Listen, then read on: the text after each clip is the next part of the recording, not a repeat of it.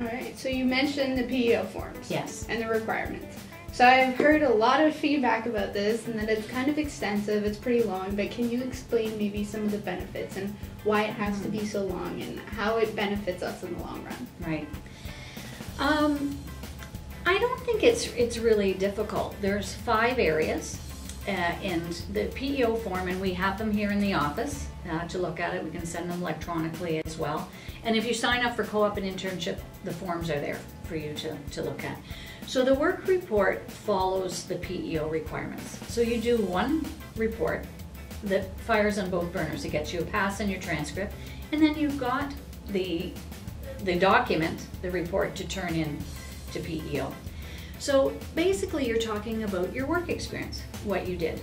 So we know that you're enrolled in engineering co-op or internship, so you're talking about what made it that, what did you do.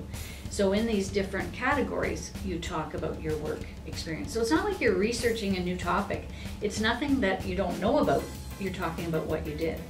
And your supervisor then reads this document and signs off, yes, you did the engineering work that you said you did, so that then you're getting credit for this. So that's what it is. So if you didn't do the report and we didn't make it, you hand it in this regard, chances are you wouldn't do that report. You wouldn't ask your supervisor to sign this. Now you can say the school requires that you read this and sign this, so that then you get the credit for this time after.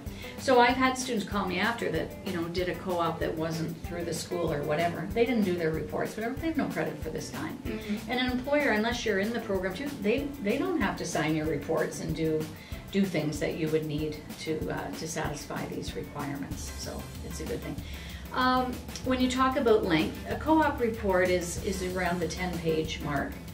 And a co-op report, or an internship report, where you've spent 12 to 16 months of your time, 20 to 25 pages. Students always worry about the length of the report, and then they call me and go, is it okay if it's 40 pages? I'm way over.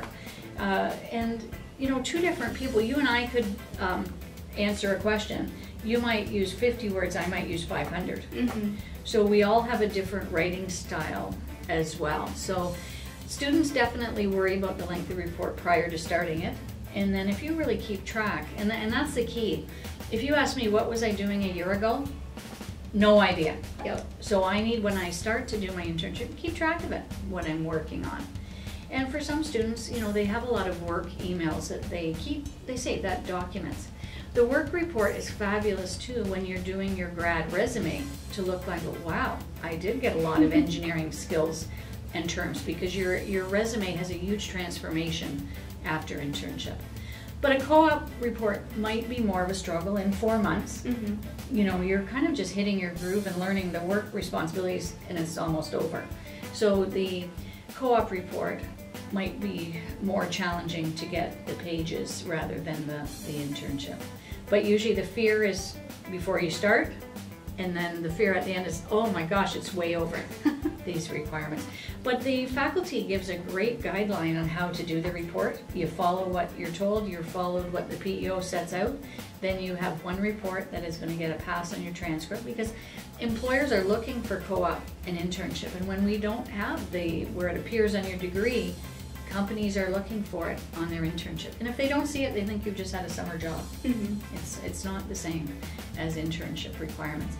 The other thing too, your employer is making a commitment to you that they're providing an engineering work experience. You want to get benefit from it. So there'll be no making for coffee. All right, awesome.